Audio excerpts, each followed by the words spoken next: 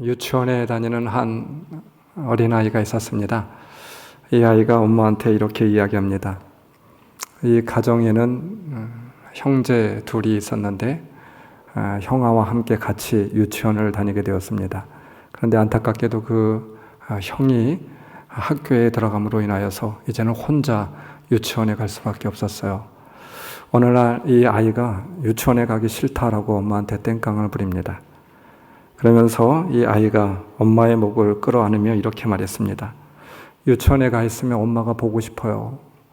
나 유치원에 가고 싶지 않아요. 이렇게 이야기해요. 형아와 함께 유치원에 다닐 때는 들을 수 없었던 이야기였는데 엄마는 이 이야기를 들으면서 어떻게 이 아이를 설득을 할까, 또 이 아이의 마음을 알 수 있을까 생각하다가 엄마가 아이의 눈을 들여다보며 이렇게 말을 했다라고 해요. 사실은 말이야, 나도 네가 너무나도 보고 싶어. 엄마도 네가 유치원에 가 있는 동안에 엄마도 네가 얼마나 보고 싶은지 모른단다. 그러니까 우리 같이 이렇게 약속하면 어떨까? 넌 엄마를 마음속에 꼭꼭 담아서 유치원에 가고 나는 널 마음속에 꼭꼭 담아서 그렇게 직장에 가는 거야. 그리고 네가 나를 보고 싶을 때 마음속에서 꺼내보고 나도 네가 보고 싶을 때 내 마음속에 너를 그렇게 꺼내서 볼 거야. 그러면 우리 외롭지 않지 않을까?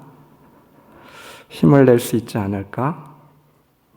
그러면 우리 따로 있는 것 같지만 실은 늘 같이 있는 셈이고 또 외롭지도 않을 거야. 알았지? 하면서 이 아이를 유치원에 달래서 보내드리게 되었습니다. 그날 유치원에서 돌아온 아이는 집에 들어서자마자 엄마를 향해서 이렇게 이야기했다라고 합니다. 엄마, 나 오늘 엄마를 내 마음속에서 10번 꺼내서 보았다.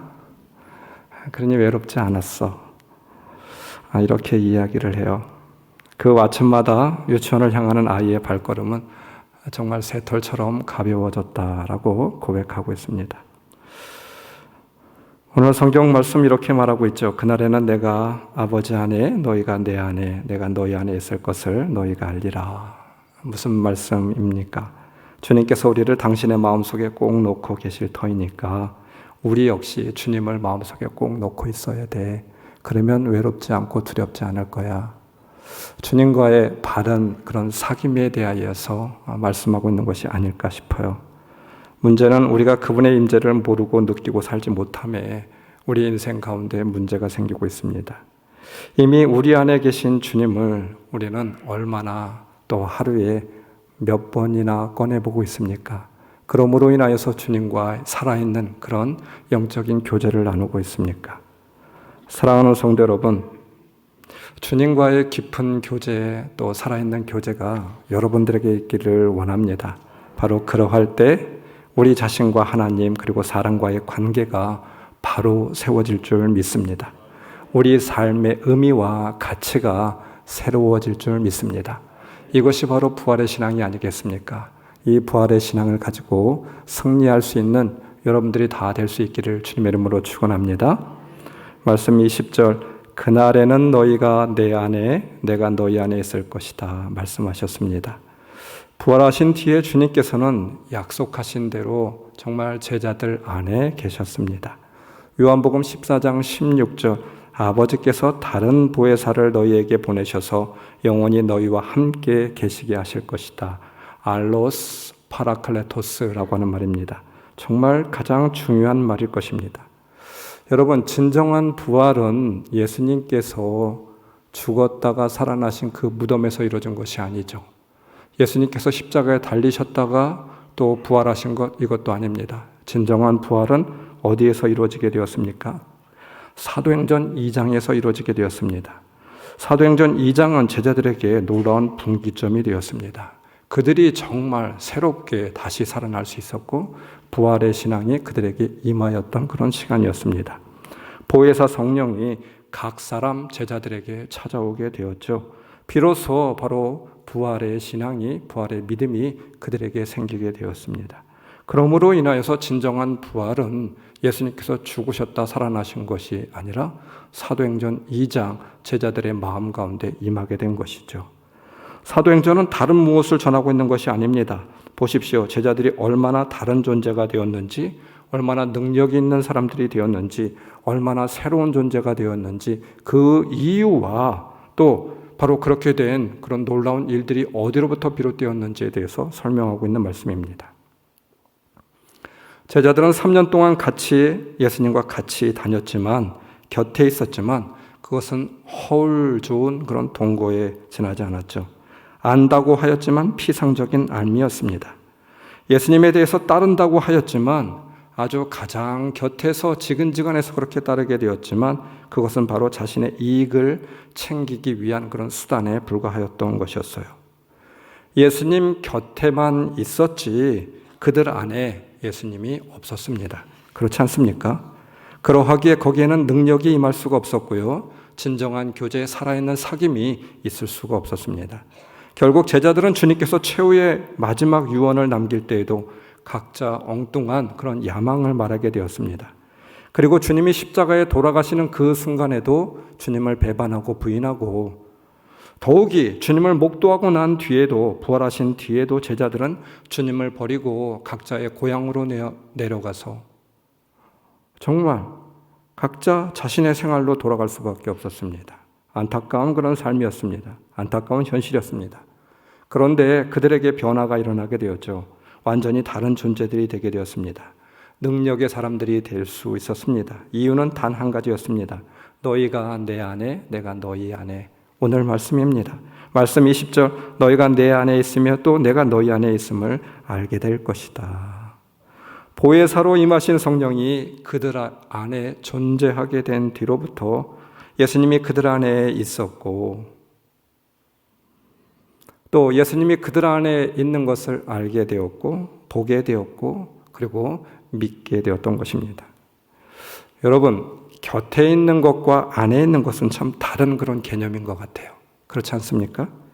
곁에서 보는 것과 안에서 보는 것은 완전히 다른 그런 개념입니다. 우리는 곁에 있는 사람들이 아니라 안에 있는 사람들이 되어져야 될 줄 믿습니다. 자동차를 곁에서 그냥 지켜보는 것과 그냥 바라보는 것과 안에 타서 기기를 작동하고 운전하고 느끼고, 이것은 완전히 다른 것 아니겠습니까? 운동 경기도 마찬가지입니다. 저는 참 축구 보는 것을 참 좋아합니다. 때때로 영국의 프리미어 리그 경기하는 것을 참 잘 즐겨보고 있는데요. 손흥민 선수가 나오고 있습니다. 손흥민 선수가 세계 최고의 리그에서 그렇게 스트라이커로 그렇게 정말 축구를 잘 하고 있습니다. 매우 흥미롭게 지켜보고 있어요. 어느 때에는 기도하고 잠을 자기도 합니다. 손흥민 선수를 위해서. 경기가 새벽에 종종 열리고 있어요. 새벽 기도 때문에 잘 시청은 못하고 있지만 잠자기 전에 열심히 기도도 합니다. 왜 그러냐면 정말 그 많은 그런 영국 선수 가운데, 아니 전 세계에 모여있는 그런 유명한 사람들이 다 모여있는 그런 리그 가운데 손흥민 선수가 정말 축구를 잘하고 있어요. 그뿐이 아니라 한국 사람으로서 또 더욱더 제 마음에 와닿는 것은 경기를 하기 전에 꼭 기도를 합니다. 크리스찬인 것 같아요. 하나님 앞에 영광을 올려달라고 기도를 하고 있어요. 그래서 저 선수를 통하여서 하나님 영광 받아 주시옵소서. 우리 대한민국 선수가 저렇게 잘하는 것을 보니까 자부심이 들기도 합니다. 그래서 종종 보고 기도하기도 하고 있습니다. 여러분, 그런데 제가 혹 경기를 TV를 시청하는 것과 영국의 토트넘 그런 경기장에서, 홈구장에서 손흥민 선수가 앞에서 뛰는 모습을 보게 된다고 하면 그 느낌은 완전히 다를 것입니다. 완전히 다른 느낌이 될 것입니다.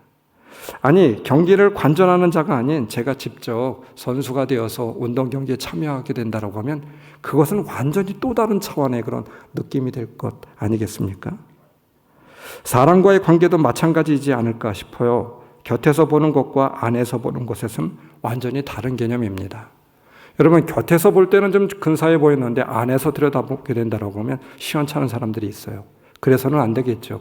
곁에서 보는 것보다도 안에서 볼 때 더 정말 멋지고 아름다운 그런 사람들이 우리는 되어야 될 줄 믿습니다. 우리가 결혼하기 전에는 곁에서 보았습니다. 그런데 결혼을 하면 안에서 보게 되죠.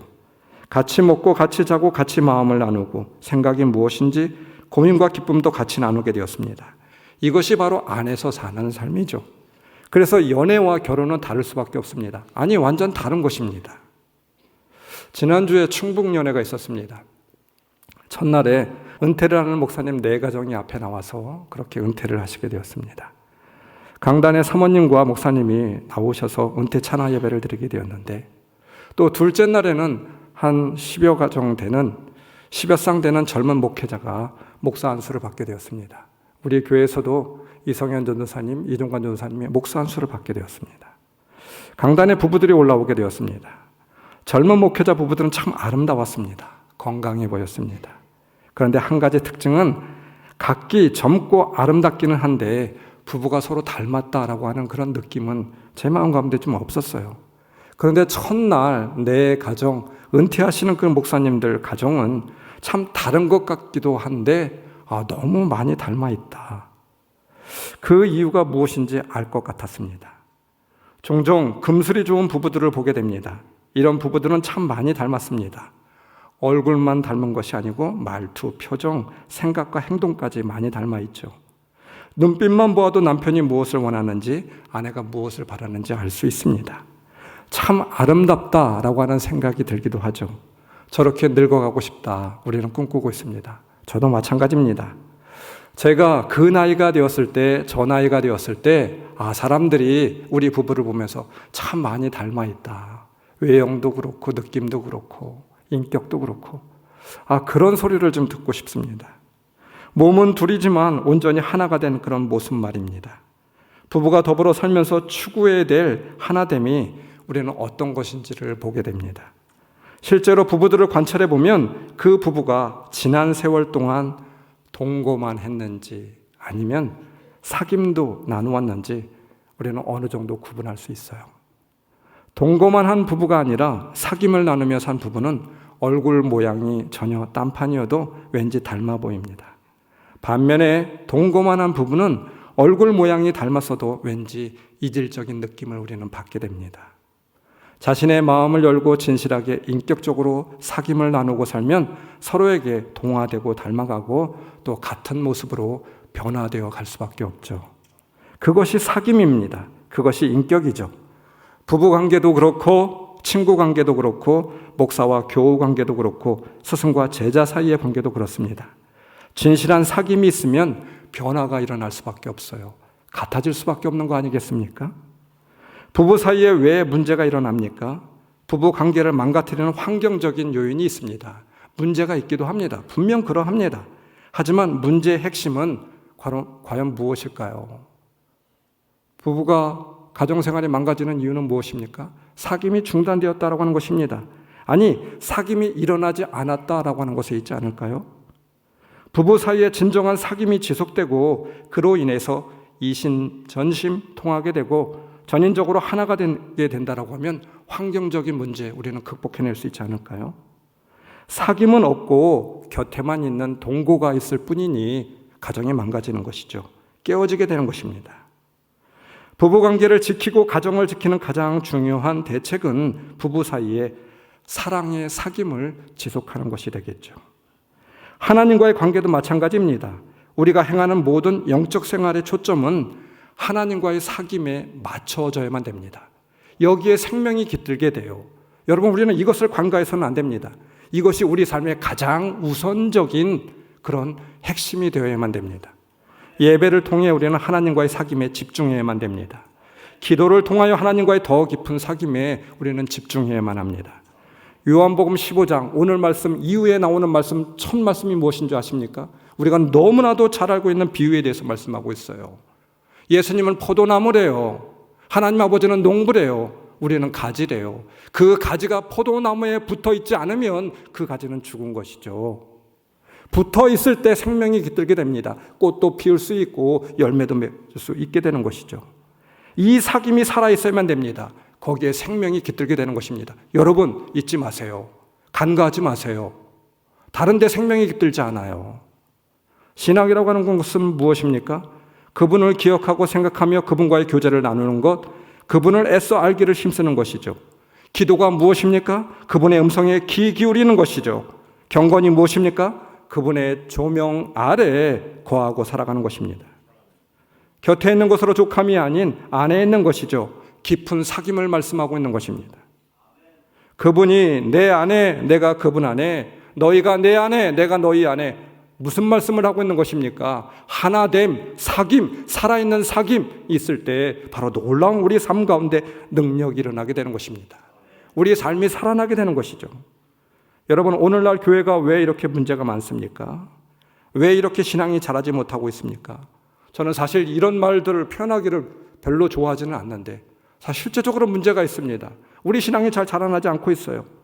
문제의 원인을 따져보면 할 말이 많이 있겠지만 그 모든 문제는 우리가 하나님을 모른다, 여기에 귀결되지 않을까요? 혹은 우리가 하나님에게 관심이 없다라고 하는 것, 여기에 귀결되지 않겠습니까? 하나님을 잘못 알고 섬기는 것이 우상숭배입니다. 하나님이 아닌 다른 것을 섬기는 것은 결국 자기 자신을 신으로 섬기는 것이 됩니다.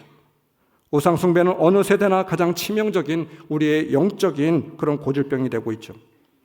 우리의 가장 큰 문제도 우상숭배에 있다고 할 수 있습니다. 여러분, 우상숭배가 무엇입니까? 하나님을 알고 있다라고 하는 착각, 하나님을 알 만큼 알고 있다라고 하는 오해, 그리고 하나님을 알아가려는 것에 대한 무관심, 바로 여기로부터 우상숭배가 비롯되는 것 아니겠습니까? 우리를 각종의 우상숭배로 이끌고 있는 것이 아닐까요? 여러분, 우리는 각자 진지하게 우리 자신에게 물어야만 되겠습니다. 내가 하나님을 얼마나 알고 있습니까? 알아가려고 하는 열심이 있습니까? 그 거룩한 열심이 우리에게 있습니까? 하나님과 나와의 사귐은 어느 위치에 있습니까? 살아있는 생명의 관계, 그 살아있는 사귐의 역사가 우리 삶 가운데 있습니까? 그렇다라고 하면 우리가 성숙해지지 않을 수가 없어요. 바뀌어지지 않을 수가 없어요. 여러분, 더 중요한 것이 있습니다. 오늘 말씀을 보십시오. 주님은 말씀하고 있어요. 그날에는 내가 아버지 안에, 너희가 내 안에, 내가 너희 안에 있는 것을 너희가 알리라. 요한복음 14장 20절. 우리가 알고 싶다고, 예수님 안에 거하고 싶다고 하여서 거해지며 우리가 품는다라고 해서 품에서 낸 것이 아님을 말씀하고 있는 말씀이에요. 예수 그리스도는 하나님 되십니다. 성자 하나님 되셔요. 우리 같은 죄인이 어찌 그 거룩한 하나님 안에 거할 수가 있겠습니까? 예수 그리스도는 진리 자체이지 않습니까? 이 좁은 마음속에 우주보다도 더 큰 진리를 우리가 어떻게 품을 수가 있겠어요? 원한다고 노력한다라고 해서 될 일이 아닙니다. 그렇다면 그 일이 어떻게 가능해질 수 있을까요? 성경 말씀 20절 다시 한번 여러분 잘 살펴보십시오. 그날에 너희는 내가 내 아버지 안에 있고 너희가 내 안에 있으며 또 내가 너희 안에 있음을 알게 될 것이다. 내 안에 있으면이 아닙니다. 내 안에 있으며 또 내가 너희 안에 있음을, 여러분 이 말이 참 중요해요. 말씀 가운데 주님께서는 너희가 내 안에 있으면 조건문이 아닙니다. 그러면 내가 너희 안에 있겠다, 이 말이 아니에요. 그것은 인간으로서는 도저히 이룰 수 없는 일임을 우리 주님께서는 이미 알고 있습니다. 말씀 16절, 아버지께서 다른 보혜사를 너희에게 보내셔서 영원히 너희와 함께 계시게 하실 것이다. 다른 보혜사, 알로스 파라클레토스. 파라라고 하는 말은 곁에라고 하는 말입니다. 클레토스라고 하는 말은 부름받은 자라고 하는 말입니다. 바로 예수님 자신이 예수님과 같은 존재, 똑같은 존재가 부름받은 자로 우리 곁에 있겠대요. 우리 안에 있겠대요. 이 말씀입니다. 중요한 것은 파라가 아니라 클레토스라고 하는 말이죠. 클레토스, 부름을 받은 존재라고 하는 말입니다. 예수님이 우리를 곁에서 돕기 위하여서 부름을 받은 존재로 이 땅 가운데 성령으로 임하시게 되었습니다. 우리 또한 마찬가지입니다. 클레토스, 부름을 받은 존재라고 하는 것이죠. 여러분, 이 클레토스라고 하는 이 말씀, 이 단어, 저는 깊은 묵상을 하게 되었습니다. 우리의 존재가 그러해요. 성경의 모든 사람들이 그러합니다. 하나님의 모든 역사가 그러합니다. 모세를 불렀습니다. 모세가 능력이 있어서? 아니었어요. 하나님께 주권적으로 불렀습니다. 이 땅에 오게 하였고 그에게 주권적인 능력을 허락하였습니다. 전적인 하나님의 주권, 은혜였습니다. 그렇지 않나요? 지팡이를 그에게 주었습니다. 내가 너와 함께 하신다라고 하는 의미였습니다. 그 지팡이를 들고 반석을 내리치니 물이, 생수가 근원이 되게 되었습니다. 이스라엘은 목말라 가라지 않았습니다. 바다를 내리치니 길이 열려지게 되었습니다. 마른 땅을 내게 되었죠. 모세에게 부르실 만한 무엇이 있었기에 모세를 부르신 것이 아닙니다. 그것은 전적으로 하나님의 주권이요 섭리와 계획이었습니다. 주님이 제자들을 찾아왔어요. 갈릴리 바닷가에서 베드로를 부르셨습니다. 요한의 아들 시몬아, 네가 나를 사랑하느냐? 3번이나 묻게 되죠. 실패한 베드로, 3번이나 배반한 베드로에게 3번 부인한 베드로에게 3번이나 사랑을 고백하도록 하였습니다. 그리고 하시는 말씀이 내 양을 치라. 베드로는 고백합니다. 주님, 주님께서는 모든 것을 아십니다. 주님께서는 모든 것을 아십니다. 이 고백의 말의 뜻이 무엇입니까?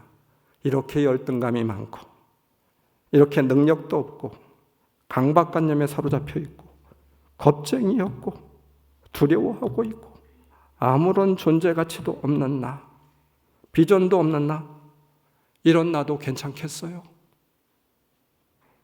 이런 나여도 괜찮겠어요? 라고 하는 물음이 아닐까요? 주님이 말씀하십니다. 괜찮아. 그러하기에 내가 너와 함께하고 있고 내가 너를 찾아왔잖아. 내가 너를 세울 거야. 내가 있기에 세워질 거야. 이 말씀이 아닐까요? 크레토스, 부름받은 자라고 하는 이 말에는 2가지 강한 의미가 내포되어 있습니다. 첫째는 주권적인 선택이라고 하는 말이겠죠. 누구에 의하여 부르심을 받은 것인가요? 수동태입니다. 부르심을 받은 자, 클레토스. 부르심의 주체는 내가 아닙니다. 하나님이죠. 하나님이 부르셨다라고 하는 거예요. 하나님이 선택하였습니다. 선제적인 은총이죠. 하나님의 선택은 완전합니다.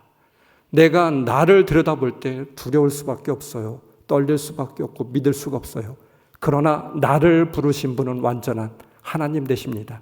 그분을 믿으면 우리는 두려워하지 않아요. 여러분을 바라보지 마세요. 여러분을 믿지 마세요. 여러분을 부르신 하나님을 믿으세요. 그분은 믿으실 만한 분이시잖아요. 완전하신 분이시잖아요. 2번째, 더 중요한 자신감이 담겨져 있습니다. 현실의 모습에 우리의 눈을 고정시키지 않아요. 실수하지 않는 하나님, 실패가 없는 하나님 되십니다. 우리가 지금은 소명의 자리에 있지 않아도 우리의 모습이 부족하여도 결국 하나님께서 선택하였으면 그 소명의 자리로 이끄시고 세우시고 하나님께서 이루시겠다라고 하는 고백이죠. 주님은 실패한 베드로를 내버려 두지 않았습니다. 실패한 제자들, 현재의 모습이 부족한 모습이었지만 끝까지 찾아와서 세워주시고 그들을 사도로 만들어주셨잖아요. 택한 자이기에 바로 하나님께서 그 자신감으로 내가 너를 세우겠다라고 하는 그 하나님의 약속이고 그 하나님의 책임입니다. 여러분, 칼빈의 교리 가운데 성도의 견인이라고 하는 교리 우리는 잘 알고 있습니다. 하나님이 우리를 한 번 선택한 이상 끝까지 우리를 놓지 않겠다라고 하는 교리예요. 이 말이 무엇입니까? 여러분, 하나님의 그 절대적인 주권의 그 배 안에서 그 배 안에 타고 있는 바로 우리가 될진데 아무리 파도가 친다 할지라도 그 파도로 인해서 떨어져 죽지 않게 만들겠다라고 하는 말입니다. 이것을 믿으십니까? 우리 인생에 파도가 있을 수 있어요. 많은 문제와 어려움이 있을 수 있습니다. 그러나 우리는 떨어져 죽지 않습니다. 이것이 성도의 교리입니다. 견인입니다. 왜? 하나님이 선택하였기 때문에. 하나님의 자녀로 택하시면 그 어떤 경우에도 버리지 않으시고 천국 가는 그날까지 붙드시고 인도해 주셔서 합력해서 선을 이루시겠다 이 말입니다. 때때로 인생 가운데 우리가 알 수 없는 어려움이 있을 수 있어요. 아닙니다. 그럼에도 불구하고 하나님의 선은 계속해서 이어집니다. 하나님의 주권은 이어져요. 로마서 8장 35절, 누가 우리를 그리스도의 사랑에서 끊을 수 있겠습니까? 환난입니까? 공고입니까? 박해입니까? 굶주림입니까? 헐벗음입니까? 위협이나 칼입니까? 아니라 이 말입니다.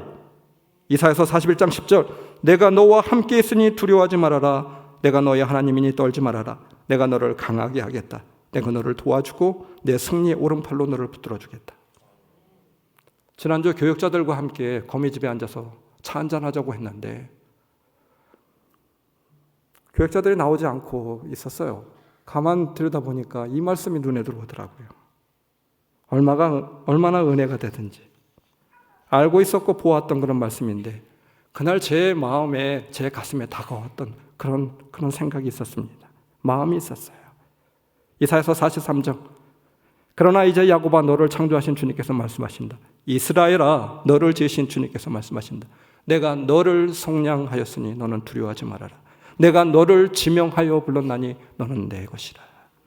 택하여 불렀으니 너는 내 것이고 그러므로 내가 책임지겠다라고 하는 확신의 말씀이 아닐까요? 택하여 불렀을지언데 내가 너를 완전하게 세워주시겠다라고 하는 말씀이 아닐까요? 책임져 주시겠다라고 하는 말씀이 아닐까요? 이것 하나면 족하지 않습니까? 최대백 목사님의 십자가의 능력으로 다시 일어나라 라고 하는 그런 책 가운데 이런 글이 나옵니다. 제가 메모해 두었어요. 대부분의 동물들은 길을 가다가, 여러분, 호랑이를 만나게 된다라고 하면 숨을 못 쉬고 오금이 저려서 그 자리에 그냥 벌벌 떨고 그 자리에 설 수밖에 없대요. 꼼짝도 못하게 됩니다. 그리고 결국은 잡아먹히게 됩니다. 호랑이의 포효가 얼마나 무섭습니까? 호랑이가 얼마나 용맹합니까? 그래서 다른 짐승들은 다 쩔쩔맨다라고 하는 거예요. 호랑이 앞에서 덤빌 그런 짐승이 없습니다. 그런데 유독 한 그런 짐승이 있어요. 한 동물이 있어요. 호랑이 앞에 겁없이 대드는 그런 짐승이 있어요. 그것이 무엇입니까? 사냥개래요.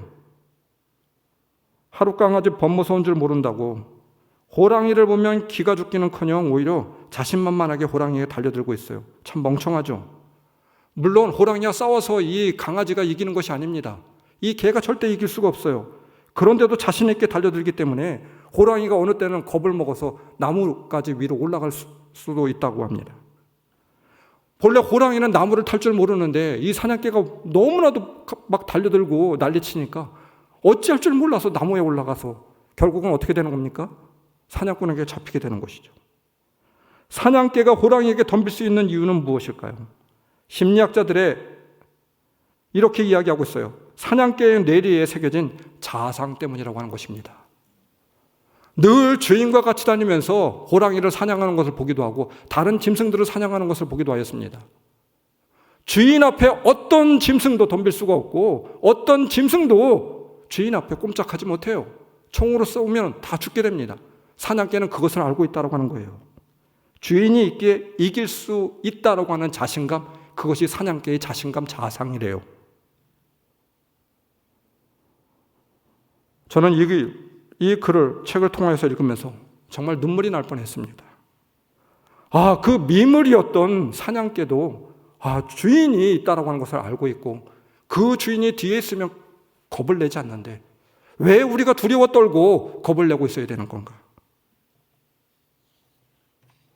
성도의 견인을 알고 있다라고 하면 여러분 무엇이 두렵겠습니까? 우리도 이 땅에서 하나님의 절대적인 사랑과 신뢰가 있다라고 하면 무엇이 두렵겠습니까? 담대하게 세상을 호령하며 살 수 있지 않을까요? 클레토스, 부름심을 받은 자 잊지 말아야만 됩니다. 이것만 확인되면 돼요. 이 믿음으로 족합니다. 이 믿음이 다시 한번 살아날 수 있는 여러분들이 되시길 주님의 이름으로 축원합니다. 클레토스, 부름받은 자는 전제하고 있는 말씀이 있어요. 부름받은 자, 이 말에 담겨진 의미가 있습니다. 해야 할 일이 있음을 전제로 한 말입니다. 사귐의 이유가 있습니다. 사귐에 나아가야 될 방향이 있어요. 주님과의 궁극적 사귐이 지향해야 되는 목표가 있습니다. 그렇지 않습니까? 부르신 이유, 택한 이유, 우리를 이 땅에 보내신 이유, 우리를 선택한 이유, 그 이유가 있지 않을까요? 이유 없이 우리를 불러주셨습니까? 하나님은 그런 분이 아닙니다. 실패한 베드로를 불러주셨어요. 왜 불러주셨습니까? 베드로에게 이렇게 이야기합니다. 내 양을 먹이라. 베드로를 부르신 이유, 찾아오신 이유가 있지 않겠습니까? 우리를 부르셨다면, 찾아오신 이유가 있다면, 우리가 부르심을 받은 자라면 부르신 일이 있을 것입니다. 주님이 보혜사로 찾아오신 이유가 있습니다. 성령으로 함께하는 이유는 친히 부르시고 부르신 일을 감당하기 위함이 아닐까요? 우리 각자에게 부르신 자리가 있고 부르신 일이 있습니다. 우리가 쓰고 있는 모든 물건들 다 이유가 있잖아요. 그 이유와 목적이 있어서 사용하고 있죠. 이유와 목적에 따라서 사용되어질 때 의미가 있는 물건이 됩니다. 우리를 이 땅에 오게 하신 이유가 있습니다. 부르신 일, 부르신 자리, 부르신 일들이 있죠. 크레토스, 부르신 일을 생각할 때 우리는 뭐 거창하고 대단한 일들을 생각을 하기도 합니다. 흔히 복음을 전하는 선교사, 목사 뭐 이런 것들을 생각을 할 수도 있습니다. 아닙니다. 주님께서 말씀하셨습니다. 내 양떼를 먹여라. 이 말씀을 들을 때도 우리는 이렇게 생각할 수 있어요. 아, 사도를 세우기 위해서, 제자들을 세우기 위해서 내 양떼를 먹여라. 사람 낚는 어부가 되어라. 뭐 이렇게 생각할 수 있습니다. 아닙니다. 그것이 아니겠죠. 그냥 양떼를 먹여라. 양떼 먹이는 일만 하면 됩니다. 네 자리에서 네가 목자의 역할을 가지고 있다라고 하면 양떼를 먹이는 일 네가 할 수 있는 거 아니겠습니까? 그 양에게 생명을 주고 기르시는 분은 누구십니까? 주님이 하셔요. 하나님이 하셔요. 내가 하는 일은 양떼에게 먹이를 주는 작은 일, 내가 할 수 있는 일, 부르신 그 자리에서 내가 하는 일, 그 일은 내가 감당할 수 있다 이 말입니다. 여러분, 어떤 이가 이런 말을 해요. 여러분에게 세상에서 쓰는 말을 해서 죄송한데 이런 이야기를 하더라고요. 저는 바람 먹고 구름똥 싸는 남편과 살아요. 바람 먹고 구름똥 싸는 남편과 산대요. 늘 허상에 사로잡혀 공허한 논리로 시간을 죽이고 구체적으로 아무 일도 하지 않는 남편을 두고 어느 여인이 한 말입니다. 우리 시대에도 우리 신앙에도 바람을 먹고 구름똥 싸기를 좋아하는 사람들이 많습니다. 우리의 믿음 또한 마찬가지가 아닐까 싶어요. 허상을 추구하는 경향이 있습니다. 아닙니다. 신앙이란, 믿음이란 허상이 아니죠. 지식이나 말이 아닙니다. 보이는 현재, 보여지는 지금이죠. 부활하신 지 제자들에게 주신 말씀이 있었습니다. 사도행전 1장 8절 지상명령 과제였어요. 성령이 너희에게 내리시면 너희는 능력을 받고 예루살렘과 온 유대와 사마리아에 그리고 마침내 땅끝에까지 이르러 내 증인이 되리라. 성령을 줄 것인데 성령이 오면 땅끝까지 이르러 내 증인이 되겠다 말씀하고 있습니다. 그 땅끝은 어디입니까? 선교지입니까? 땅끝, 다른 나라에 가서 선교하는 것입니까? 그 말이 아니겠죠. 내가 서 있는 자리, 부르신 그 자리, 부르신 일, 바로 그것이 땅끝이고 그 일을 감당하는 자, 바로 증인이 되는 것이죠. 우리 주님이 각자에게 할 수 있도록 부르신 일들이 있습니다.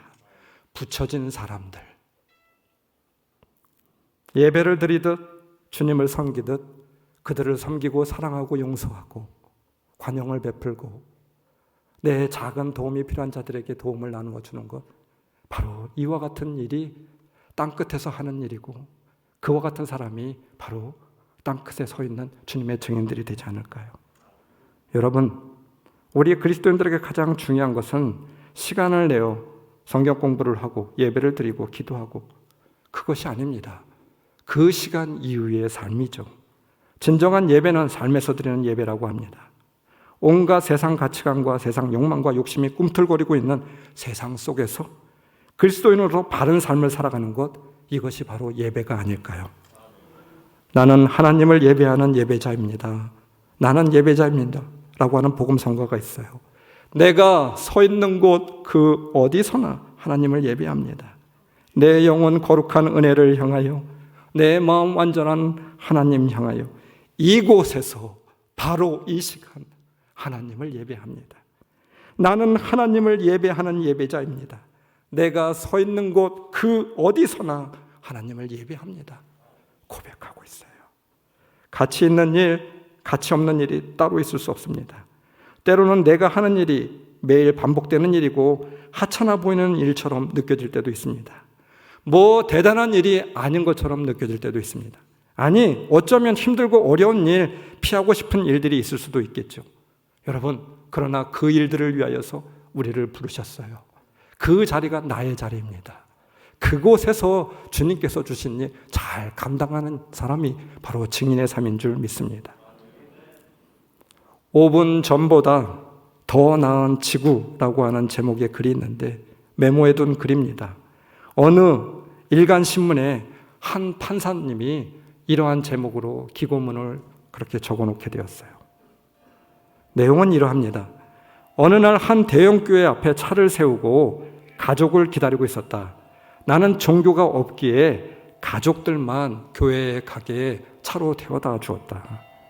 대형교회 예배날에는 노점상 아주머니들이 골목을 메우고 있었다.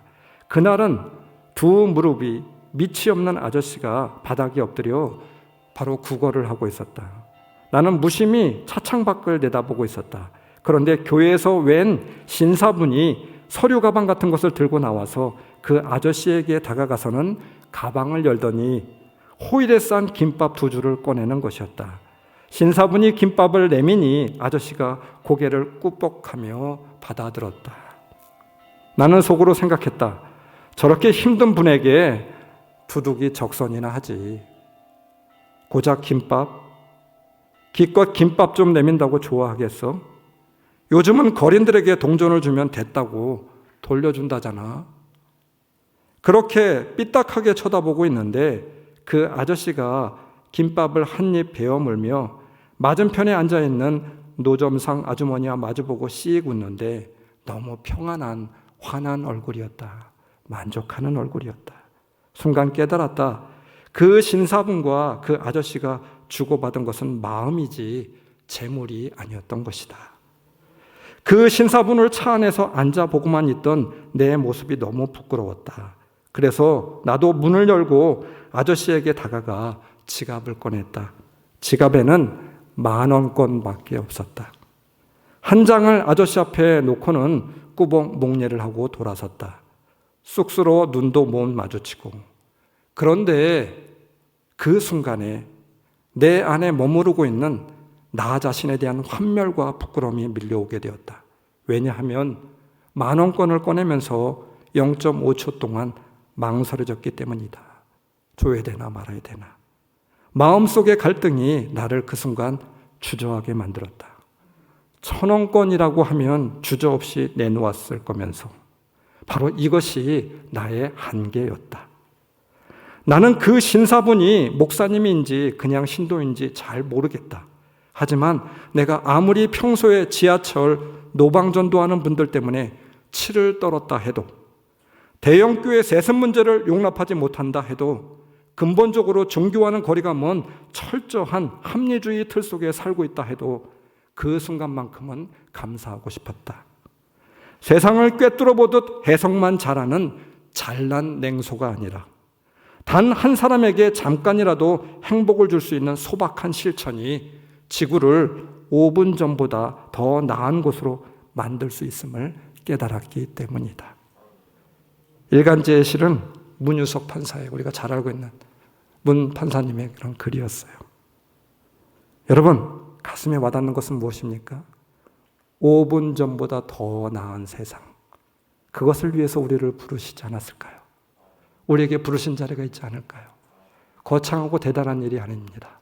우리가 할 수 있는 일, 그 일을 위하여서 크레토스, 우리를 부르셨어요. 사랑하는 성도 여러분, 우리 주님께서는 파라클레토스, 우리와 함께 하시고 있습니다. 우리가 부르신 그 자리에서 부르신 그 일들을 잘 감당하기 위하여서 우리와 함께 하시고 동행하여 주시고 빛 대신 주님이 영광 받아 주실 줄 믿습니다. 요한복음 14장 17절, 그러나 너희는 그를 안다. 그것은 그가 너희와 함께 계시고 또 너희 안에 계실 것이기 때문이다. 아멘. 말씀을 기억하시면서 우리 통성으로 기도합시다. 하나님, 오늘 이 시간 내 안에 찾아와